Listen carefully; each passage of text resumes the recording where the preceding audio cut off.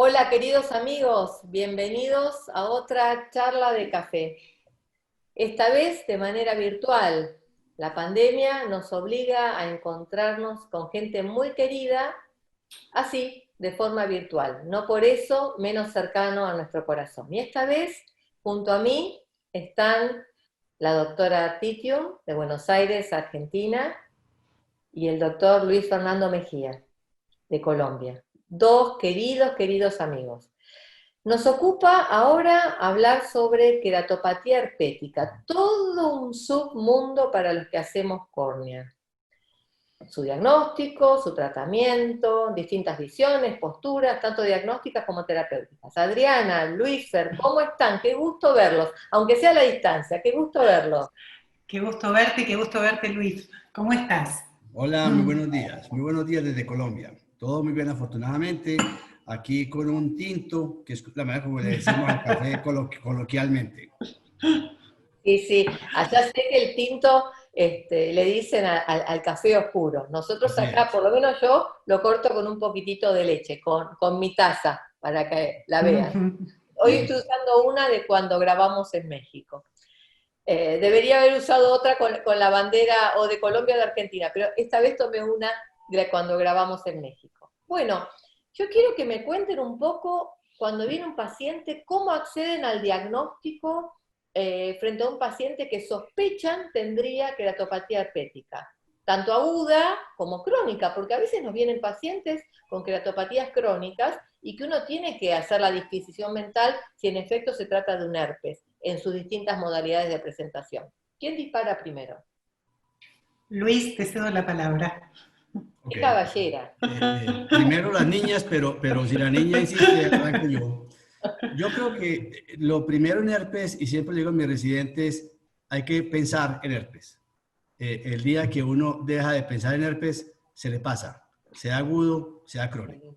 Herpes siempre está ahí y a mí me pasa una vez al año, cada 2 años, que estoy con un paciente encartado, patinando, y de pronto me devuelvo y digo, esto es un herpes. Y se me volvió a pasar y se me sigue pasando. Entonces, lo principal para el herpes es tenerlo presente, definitivamente. Ser consciente es el gran simulador, igual que la sífilis para los internistas, nuestra sífilis en oftalmología es el herpes, y es fundamental tenerlo entre ceja y ceja. Yo diría que de las cosas más importantes y más ayudadoras en cualquier momento en un herpes agudo crónico, sensibilidad corneal. Siempre pensar en sensibilidad corneal con un aplicador de algodón, sencillamente en el consultorio y comparar, y eso ya de entrada nos soluciona muchos problemas. Adri, cuando vos tenés un paciente con patología herpética crónica, esos que tienen ya una lesión disiforme o que incluso tienen un flare permanente que nunca se ha terminado de ir o alteraciones que ya no son agudas, ¿cómo pensás, cómo actuás, cómo discernís? Porque como bien dijo Luis Fer, es el gran simulador, tiene muchas presentaciones muy solapadas. Justamente, el gran simulador creo que es la palabra. Eh, y lo que él decía del tema de la hiposensibilidad es fundamental. Como pequeño chisme, algo bueno para tener es el hilo dental. Tener un hilo dental esterilizado es algo que debe tener todo residente en el bolsillo, todo residente de córnea, porque el hilo dental esterilizado vos lo sacás, lo pasás y es excelente para medir sensibilidad. Así que eso me lo enseñaron hace muchos años. Entonces no tenés que estar buscando el hilito, el algodoncito, el hisopito, simplemente sacás tu hilito dental y es un muy buen método para los residentes especialmente, ¿no? Cuando están Excelente dando idea. vuelta. Muy buena idea. Yo Bien, no sabía eso. Muy buena. ¿viste? Entonces, Yo mírate, uso este. muy corto. Yo uso este. Claro, está bien. Muy buen hilo Claro, dental. Muy buena idea. Bien. Entonces, vos sabés que justo ayer tenía un paciente, que es un paciente que yo sé que es herpético, que vino con una disminución de agudeza visual, y yo te digo, lo miraba, él usa crónicamente, está con su antiviral crónico, porque realmente hizo muchas QCs, entonces más de 2 QCs ya es antiviral crónico, controlando la parte clínica, o sea, vía oral me refiero. Lo observaba y realmente pensé primero que era algo de retina, la disminución de agudeza visual, no sé qué, y la retina estaba perfecta, y digo, pero yo no veía nada. Digo, vamos a ponerte un toque de corticoide. A los 2 gotas de corticoides estaba mejor. Entonces, aunque uno clínicamente a veces no esté con certeza de que tal vez lo que está viendo es eso, si vos tenés un paciente controlado clínicamente en forma crónica, ¿no?, con un antiviral bioral, podés jugarte a ver si lo que tiene es inflamatorio y lo podés manejar, inmunológico y lo podés manejar.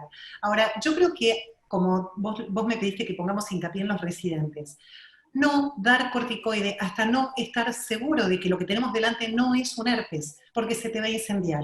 Entonces, solamente podemos usar los corticoides cuando el paciente está cubierto con un antiviral. Si no, es un paciente que se te va a incendiar. Ahí se disparan 2 preguntas que van para los dos. Quien quiera la contesta primero. La primera es, ¿cómo a priori manejan una úlcera que por los antecedentes, por la particularidad, por la presentación geográfica, lo que fuere, saben que es una úlcera herpética? ¿Cómo la manejan terapéuticamente? Y lo segundo, ¿cómo después manejan ese paciente? Porque muchas veces veo que, bueno, ok, se cura el episodio y ya, y realmente eso no termina ahí, creo que empieza ahí, lamentablemente un camino de ida hacia una profilaxis. ¿Qué tipo de profilaxis dan? Hay mucha disquisición. Yo lo que veo en cada congreso que uno va, bueno, hace rato que uno no va, sino que mira, es que las profilaxis cada vez son más extensas y pareciera que nunca termina de ser eficiente. Entonces, ¿cómo lo enfocan ustedes? Primero, hablemos de la úlcera herpética confirmada. Bien, una úlcera herpética confirmada, personalmente uso antivirales tópicos, no uso, cuando es úlcera herpética me refiero, es bien de afuera, por decirlo de alguna manera, uso antivirales tópicos, el que te guste utilizar, el tiempo necesario, ni más ni menos. ¿Por qué? ¿Qué sería el tiempo necesario, veces, Adriana? A ver, son 5 veces por día, una semana, a 10 días, no más de 10 días. ¿Por qué? Porque después si no, empezamos a ver la toxicidad de los antivirales. Y la verdad es que, por otro lado, es muy importante destacar, por ejemplo, las úlceras traumáticas que semejan a una úlcera viral, pero no lo son, y son manejadas con antivirales y no curan, y les dan los antivirales 3 semanas, y después tenés toda la toxicidad del antiviral, cuando nunca fue una úlcera herpética. O sea que porque por otro lado, una úlcera lo tratás con sí, el antiviral tópico. Ahora, de 7 a 10 días. Recordemos que se va... Pero recordemos una cosa, una úlcera herpética es autolimitante, o sea que si no lo tratáramos también se curaría, ¿eh? Esto tenemos como que toda recordar. Patología viral. Entonces, exactamente, entonces una úlcera que en una semana no curó o no mejoró, porque podríamos también haber dicho no tratarla, digamos, o sea, la idea es tratamiento, por supuesto, pero si debe curar, si no cura no es un herpes, o sea, no insistamos en un diagnóstico que no es. Y por un último tema, el tema de la PCR, que no lo comentamos todavía, yo no le tengo mucha confianza a la PCR. No sé vos, a ver, tal vez es primera discusión. No. Luis Fer. No, yo estoy muy de acuerdo con Adriana.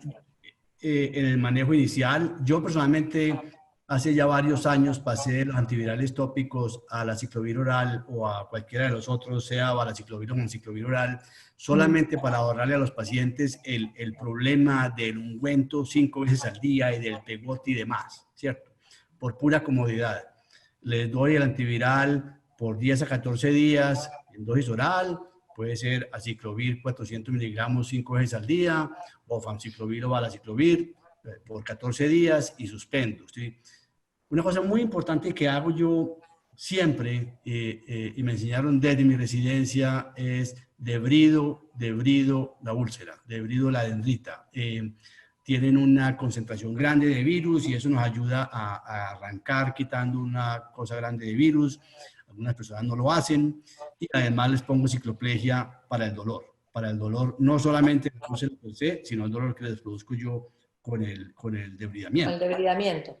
Muy importante lo que dice Adriana. Uno ve pacientes que llevan recibiendo aciclovir tópico 3, 4 meses y siguen igual de mal porque o no tienen herpes o lo que tienen es una queratopatía tóxica por el antiviral, nada más que eso. Entonces, si a los 10 o 15 días no se mejoró, o están en el 6% de resistencia de ciclovir, que realmente es supremamente raro, o como dice Adriana, no es un herpes y hay que pensar en otra cosa. Totalmente de acuerdo.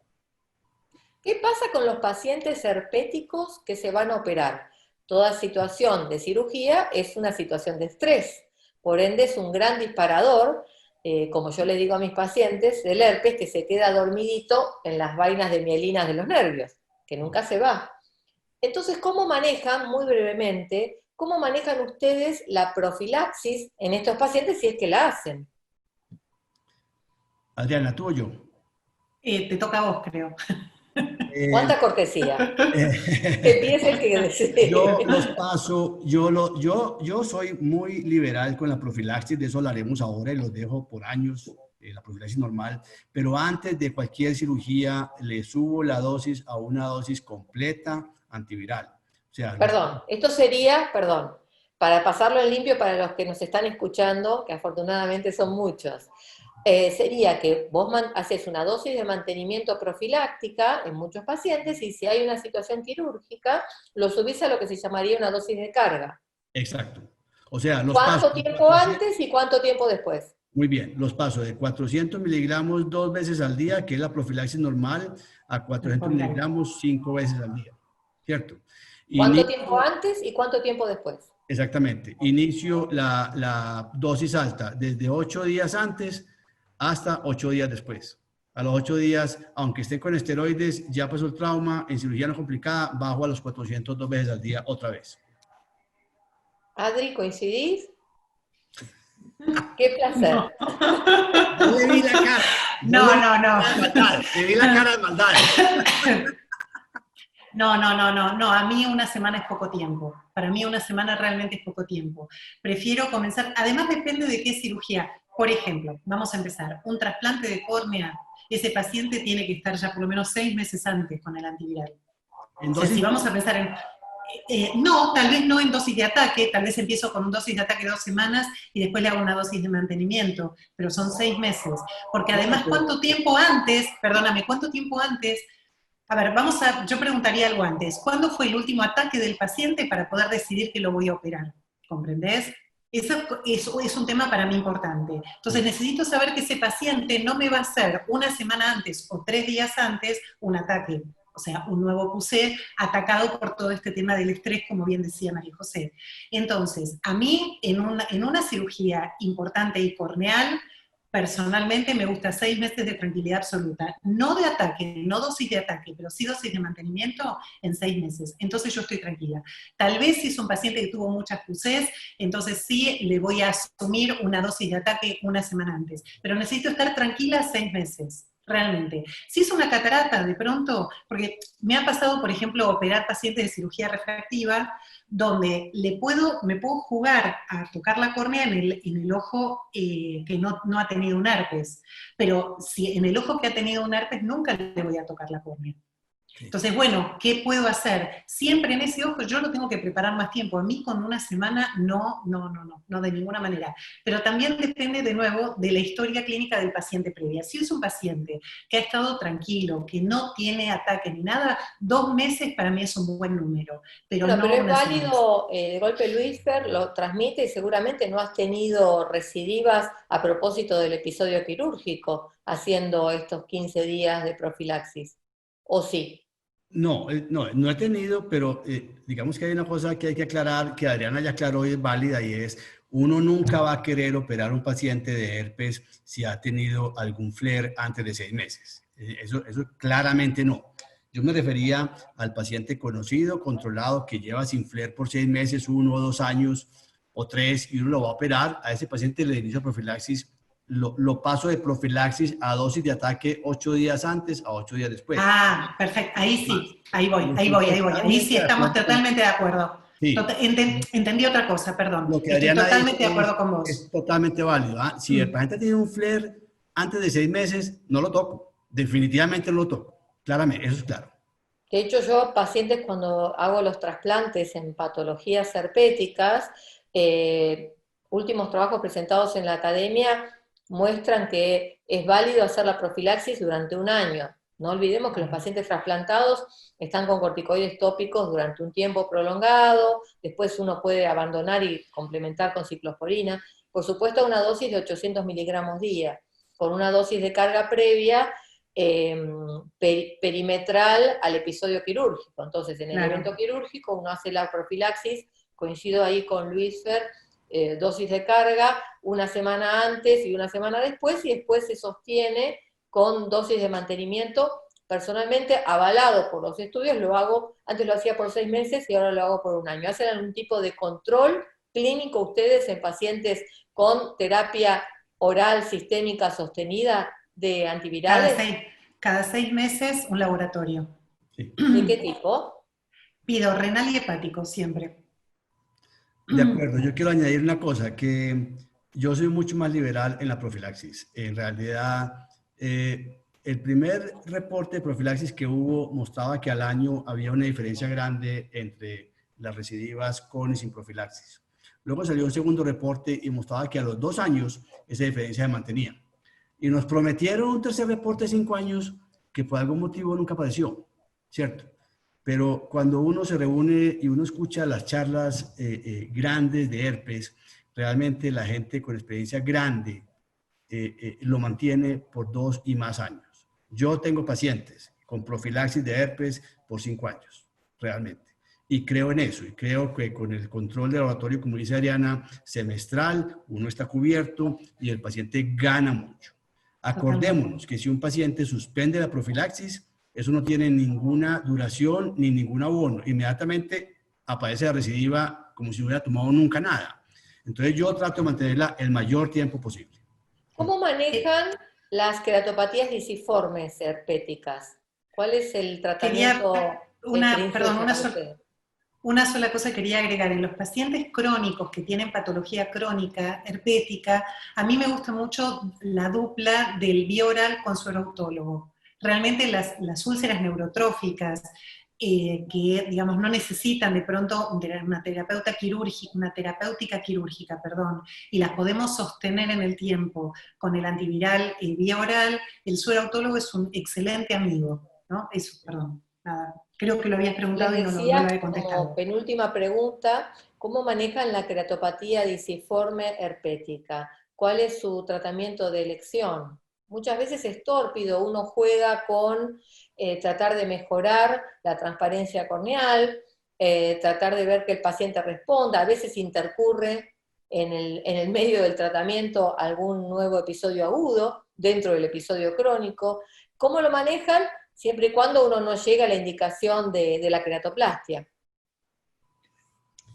Todo depende si hay una úlcera también o si solamente, o sea, si el epitelio está indemne. Yo creo que el tema del epitelio indemne o el epitelio también comprometido va a modificar un poquito lo que vamos a hacer.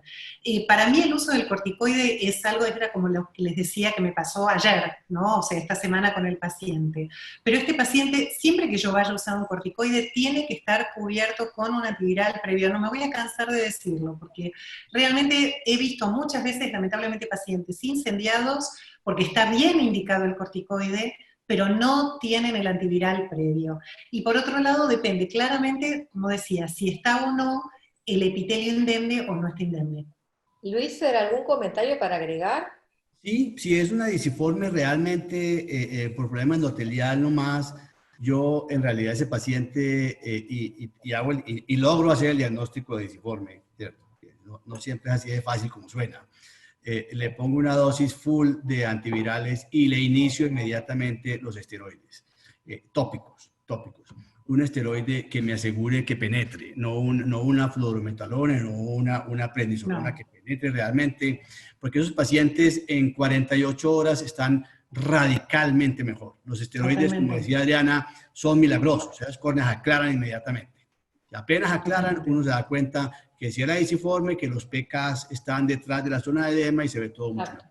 Exacto. Yo quisiera preguntarles para terminar, y antes de que brindemos por nuestro cafecito, ¿qué consejo le darían a un residente, a un fellow, a alguien que está empezando a formarse en este mundo apasionante que es el segmento anterior en general, córnea en particular, ¿qué consejos le pueden dar como tip para que se lleve a la casa? ¿Tip de herpes o tip en general? Lo que quieras, es todo bienvenido. Conociéndolos a ustedes, todo lo que digan va a ser interesante. Yo lo que le digo es que siempre hay tres cosas, cuando vamos a mirar una córnea, hay tres cosas que tenemos que tener pensando, ¿no? Tenemos que tener claramente, como bien dijo Luisfer cuando empezamos. Primero, el herpes es el gran simulador.